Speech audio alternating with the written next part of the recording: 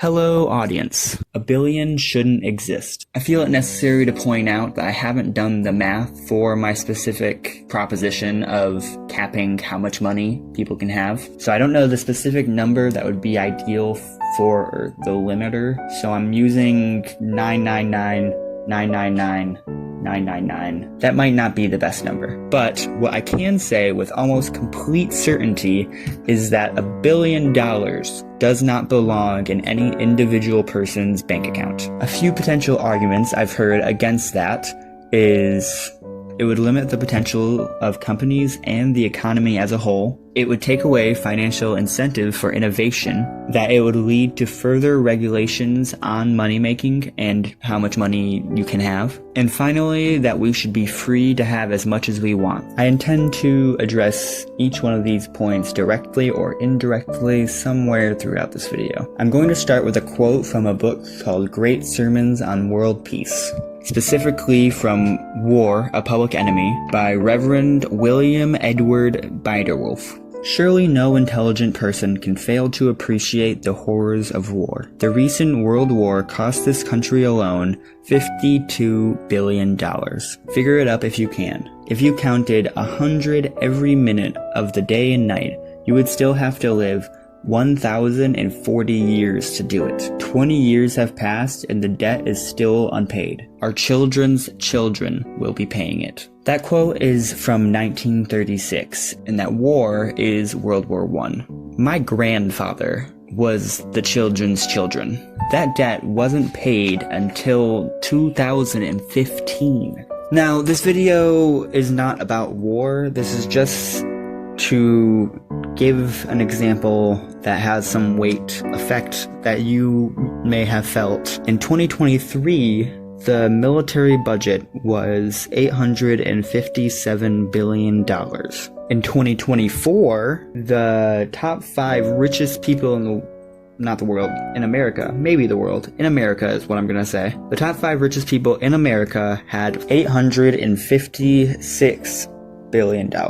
These numbers are not related. These numbers, they might be related, but I'm not pointing out these two similar numbers to say they are connected. I'm saying these are two examples in very recent times of how much money we have locked up in these places. Potential. I think the first thing we should do is clarify that I don't think the potential of a company is all that dependent on the wealth that the sole owner has, or owners. I think it's more so the impact and benefits that the company provides to the world, as well as the total amount of money that the business is affecting, that being both money in and money out. If someone was able to reach that amount of money, they don't need to just let that money be taxed away, right? They can still put that money back into their business.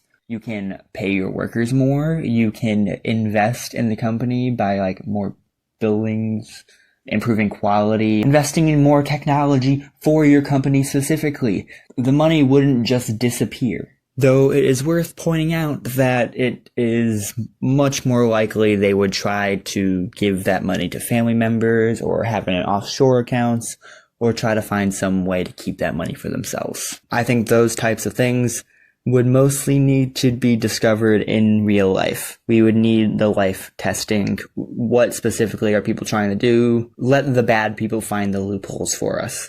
I'm going to take a second here to explain democracy. Democracy is when the people of an area all come together to work out a decision that they can all kind of agree on. Right? That's democracy. The way our system works, America as a country, I'm saying the government is a system. It is designed to only work when the people are taking care of the government. The government is like a bonsai tree that we need to clip into a freedom shape. Our government is meant to be regulated. It is meant to be adjusted as time goes on. So when people are taking advantage of the system and there is things happening that is causing a large portion of our population to suffer, those things can be fixed. Financial incentive. I believe this is a lesser point. The cap is still set pretty high. Like I said, 999, 999, 999. It's a lot of numbers, all right? That's a lot of money. You can do a lot with that money. It's still a pretty high cap. Most people will never touch that much money in their entire life. It's a lot of money. Secondly, I don't think humans need financial incentive for progress. Humanity is curious. We want to improve and make things better. Acting as though without financial incentive, humanity's progress and development would cease altogether is just absurd. And I'm only arguing it that directly because that's how the point was presented to me. Regulation. Assuming that regulations would continue in a negative manner, specifically, restricting how people make money and how much money they can have, like further limiting that, is kind of indicative of the slippery slope fallacy. If you were to counter that with an example like Roe v. Wade and how after that was overturned, there's more attempts to control women's rights, I would argue that that was the plan from the get-go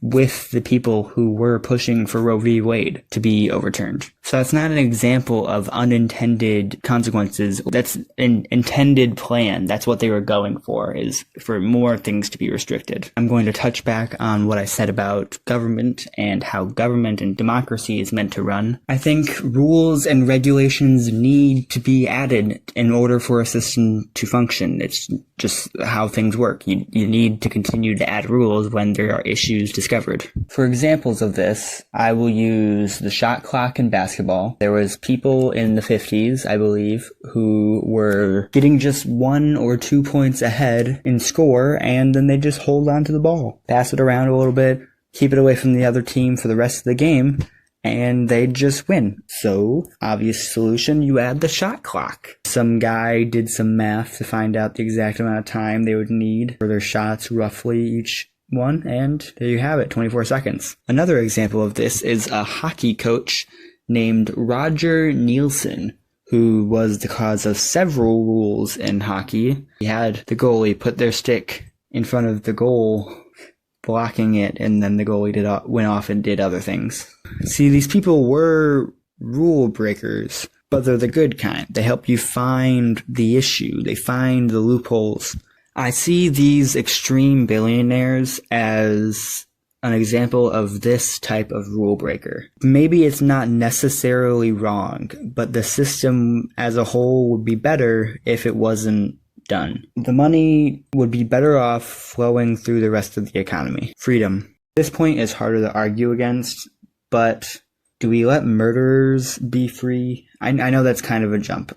Someone being a billionaire isn't directly equating to murdering somebody, but do we let thieves be free? I don't mean do we let them be free. I mean, do we let them go on doing this without any repercussion? No, we deal with it, because these things, even though inherently might not have an issue within the world that exists, it harms society as a whole. So we create rules against them. We create regulations to stop people from doing certain things. You don't want to buy a drug at the drugstore and it can have literally anything in it. They're going to start selling you snake oil. That's why we need these types of rules. And I don't think it hinders the freedom of that person all that much. But I do think somebody holding on to that much of the total wealth of the country does harm people. Trickle-down economics. I would like to steal this phrase.